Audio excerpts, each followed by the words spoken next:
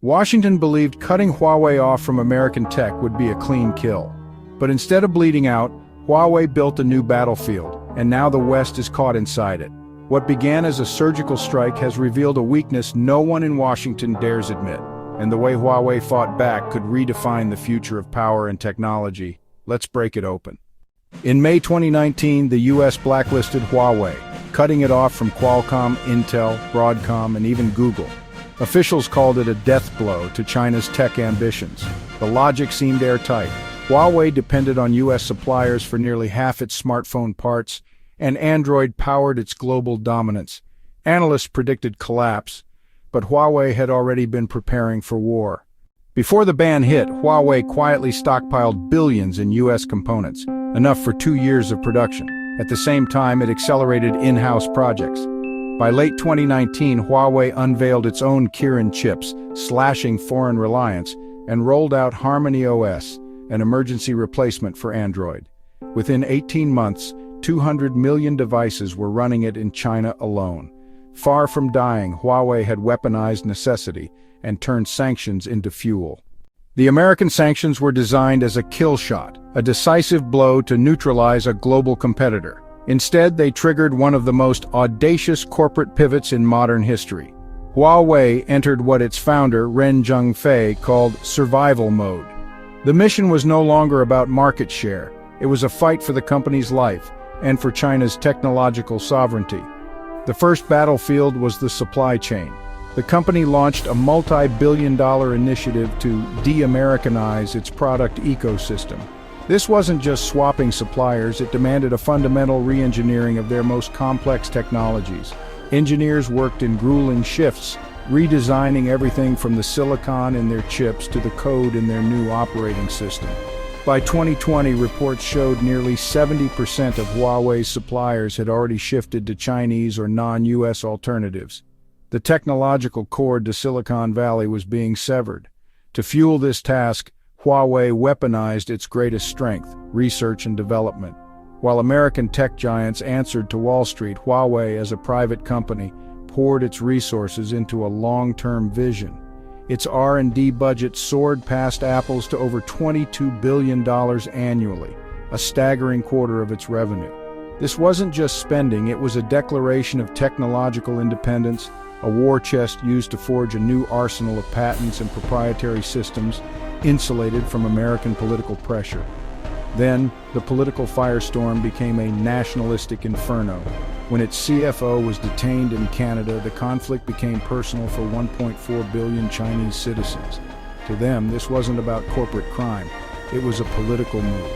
On social media, supporting Huawei became a patriotic duty. Consumers organized boycotts of Apple, proudly posting photos of their new Huawei devices.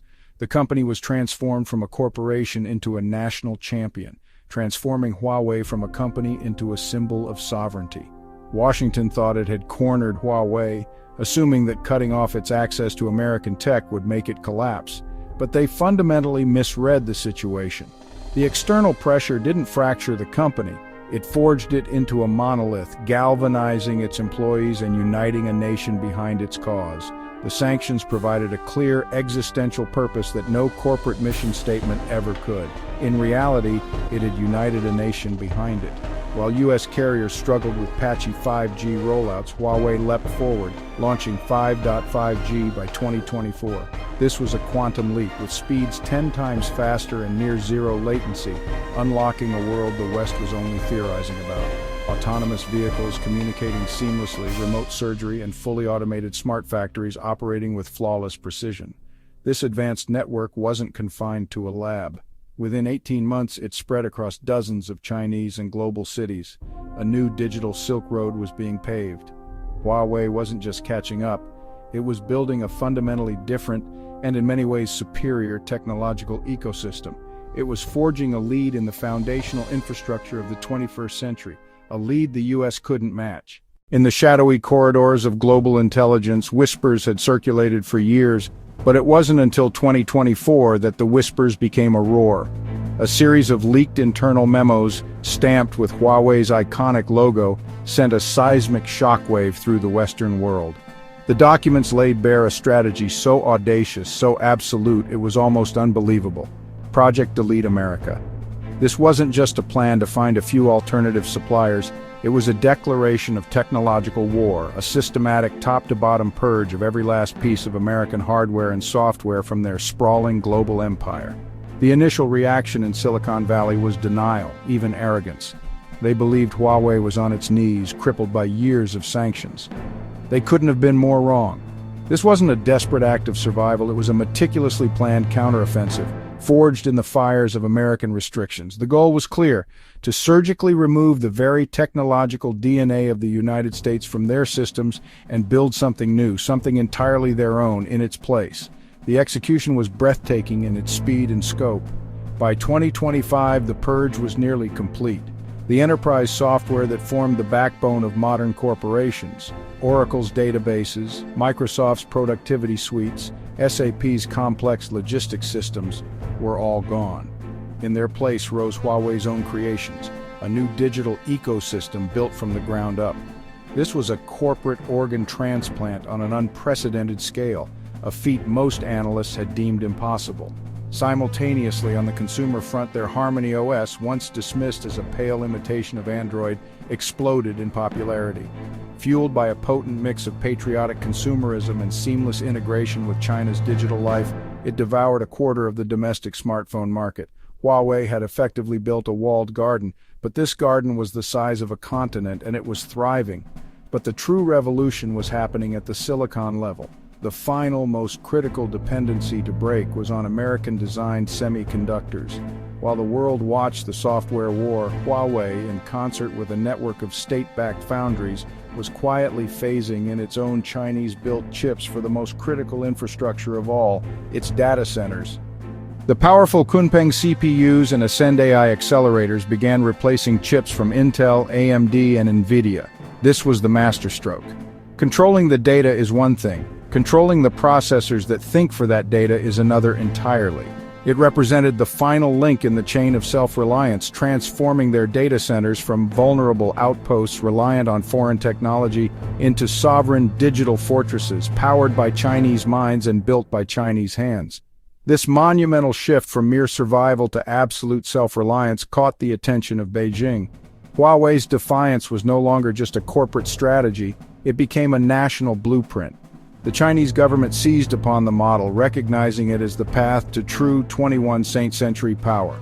They unleashed a torrent of capital, funneling over $1 trillion into a whole-of-nation effort to replicate Huawei's success across every industry. This wasn't just about funding, it was a national crusade. Universities, state-owned giants, and private startups were all mobilized towards a single, unified goal: technological independence from the West.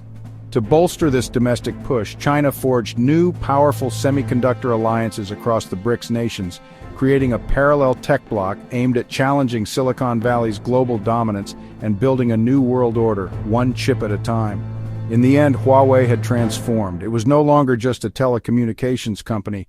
It had become a symbol, a proof of concept for a new model of techno-nationalism. The blueprint was clear: leverage a massive domestic market, achieve vertical integration from the silicon wafer to the user interface, and inextricably link corporate ambition with the geopolitical destiny of the state. Huawei had shown China and the world that it was possible to not only withstand American technological pressure, but to emerge stronger, more independent, and more determined than ever. It was a blueprint for decoupling, a blueprint for a new bifurcated technological world. The question was no longer if others would follow, but who would be next. The comeback wasn't just a product launch, it was a geopolitical earthquake that hit global markets with the force of a tectonic shift. For years, Washington's sanctions were designed to be a technological death sentence for Huawei, intended to cripple its advanced chip-making and 5G ambitions permanently. But in late 2024, the Mate 60 Pro emerged from the rubble. It was a stunning revival powered by the Kirin 9000S, a 7-nanometer chip fabricated in China by SMIC. This wasn't supposed to be possible. It was a direct defiance of Western technological containment, a declaration of independence that sent shockwaves from Silicon Valley to the Pentagon. Beyond the chip, the phone boasted satellite calling capabilities, a feature even Apple hadn't perfected. Huawei wasn't just catching up. In some areas, it was pulling ahead, reclaiming huge market share with a product born from adversity. The market reaction was swift and brutal. In China, a wave of technological patriotism saw consumers flock to Huawei. Apple, once the undisputed king of the premium market, saw its dominance crumble as iPhone sales plummeted by over 25% in a single quarter. Qualcomm, the American chip giant, saw its revenues collapse. Having lost its massive orders from Huawei and facing new competition from other Chinese firms now emboldened to source locally, its stock entered a freefall. The ripple effect spread across Southeast Asia. In markets like Indonesia, Malaysia, and Vietnam, consumers and carriers alike pivoted. Chinese brands offering comparable or superior technology at a better price became the new standard. The digital landscape of an entire continent was being redrawn. The nightmare scenario that U.S. tech lobbyists had warned about for years wasn't a distant threat.